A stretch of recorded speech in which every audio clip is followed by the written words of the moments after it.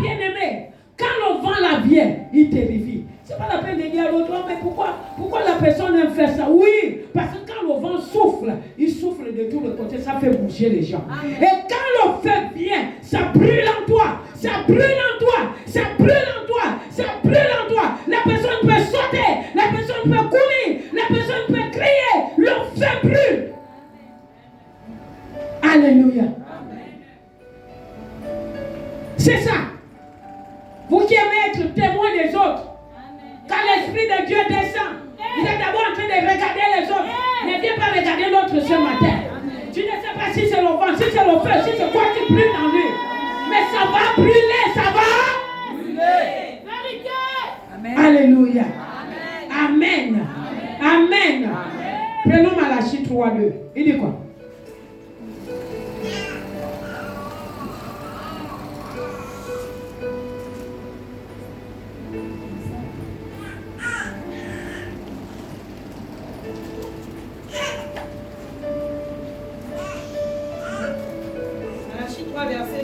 Oui. L'autre prend déjà Malachie 3:3. Il dit quoi? Qui pourra soutenir le jour de sa venue? Qui pourra soutenir quand le Saint-Esprit vient dans la vie de quelqu'un? Qui peut tenir la personne? Ah, bien-aimé, quand l'Esprit de Dieu vient dans la vie de quelqu'un, la personne change, la personne bouge, la personne tremble. On reconnaît que là, l'Esprit est là. Alléluia. Je me souviens que lorsqu'on a prié pour moi à Bethany, pour que le Saint-Esprit remplisse ma vie, je ne sais même pas comment j'avais fait pour crier. J'ai commencé à crier. J'ai commencé à crier, à lever les mains, à me balancer. C'était fort. Je ne pouvais pas me maîtriser parce que l'Esprit de Dieu était là. L'Esprit de Dieu était en mouvement. Dans un séradien, quand vous voyez l'Esprit de Dieu travailler dans le vie de oh, elle aussi, non. La personne ne peut pas. La personne ne peut pas se contenir. Alléluia. Dieu fait des grandes choses. Amen. Allons-y. Qui restera debout quand il paraîtra? Ah! Il dit qui restera debout? Quand l'Esprit de Dieu descend dans la vie de quelqu'un, qui peut rester debout? Pour dire que non, moi je résiste là, non, bien-aimé, c'est que ce n'est pas l'esprit que l'on connaît. Parce que l'esprit que l'on connaît, bien-aimé, parfois même, les gens s'asseyent, parfois les gens se mettent à genoux. Même si tu ne voulais pas le faire, tu finiras par le faire. Parce que c'est un jour terrible. Alléluia. C'est un jour terrible, bien-aimé. L'esprit ne vient pas pour jouer. Quand l'esprit vient, on sent qu'il est là. On sent qu'il est là. Il dit qu'il peut rester debout. Bien-aimé, tu vois les gens qui pleurent. Parfois les gens pleurent. Et on dit que non, peut-être que c'est le péché. Ou peut-être que c'est quoi? Non, c'est l'Esprit de Dieu.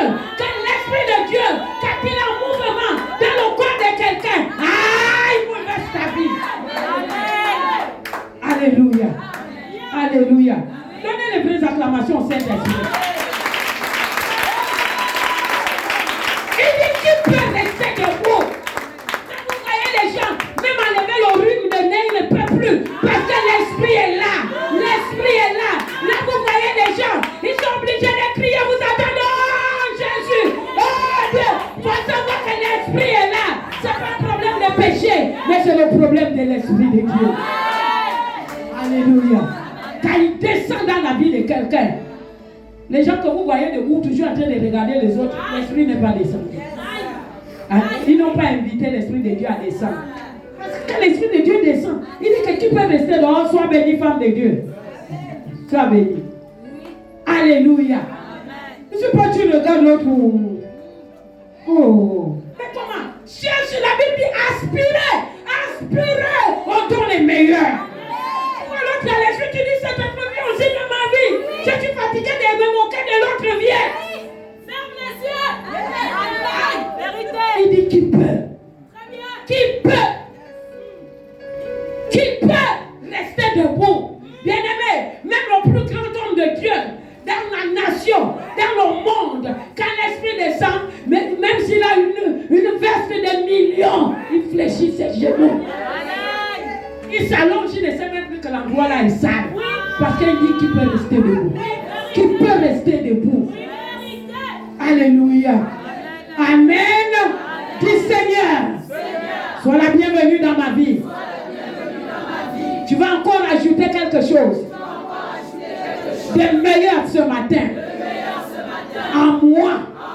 Nom de Jésus. Il dit quoi?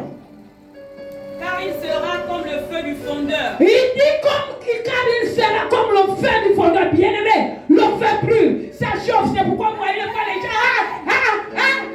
Ça chauffe. L'esprit chauffe. Alléluia.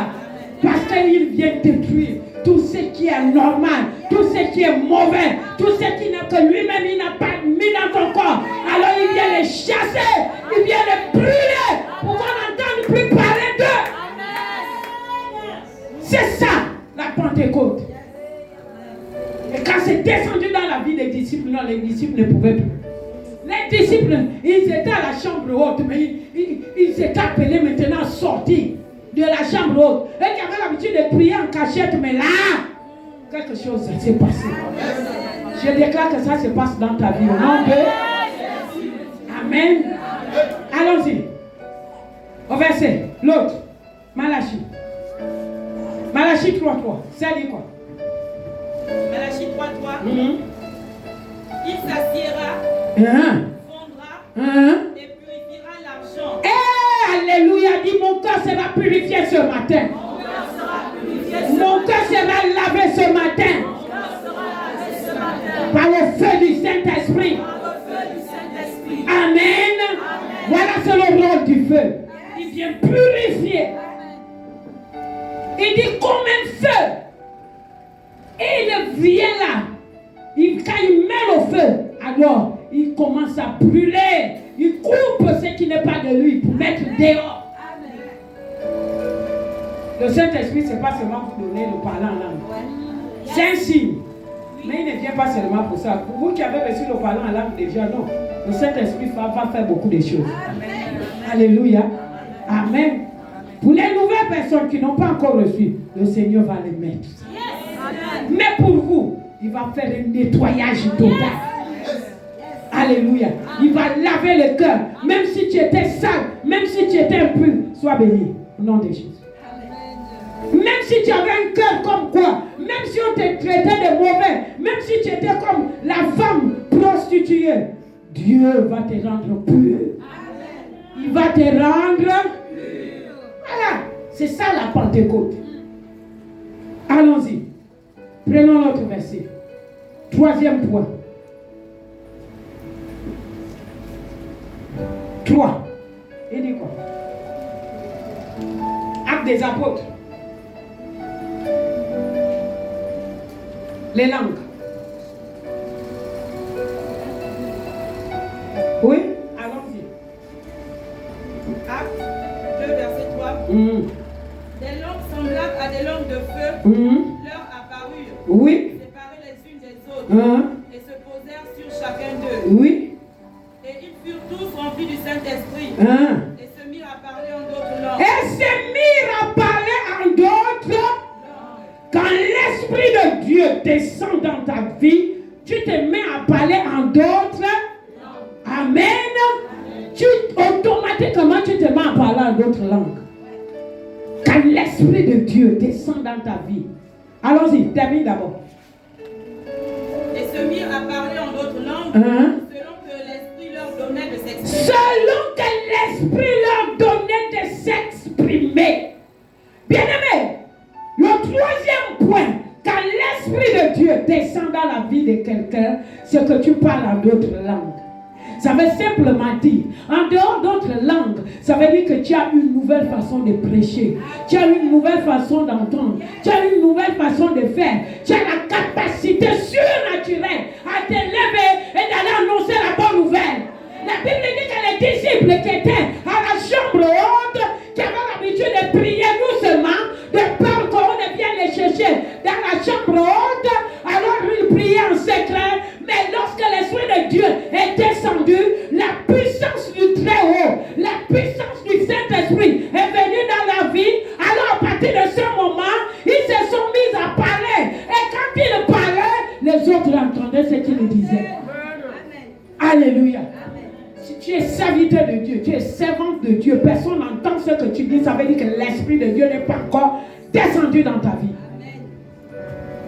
Parce que ce n'est pas normal que l'Esprit de Dieu descende et tu continues d'être à la chambre haute. Si c'était à la chambre haute, parce qu'il n'avait pas encore la force, il n'avait pas le courage, il n'avait rien. Sois béni, femme de Dieu. Il n'avait rien, il n'avait pas la puissance. Donc ils avaient honte, ils avaient peur d'aller affronter les autres. Mais bien aimé, quand l'Esprit de Dieu descend, tu n'as pas peur de parler même à ton patron de Jésus. Vrai ou faux? Alléluia.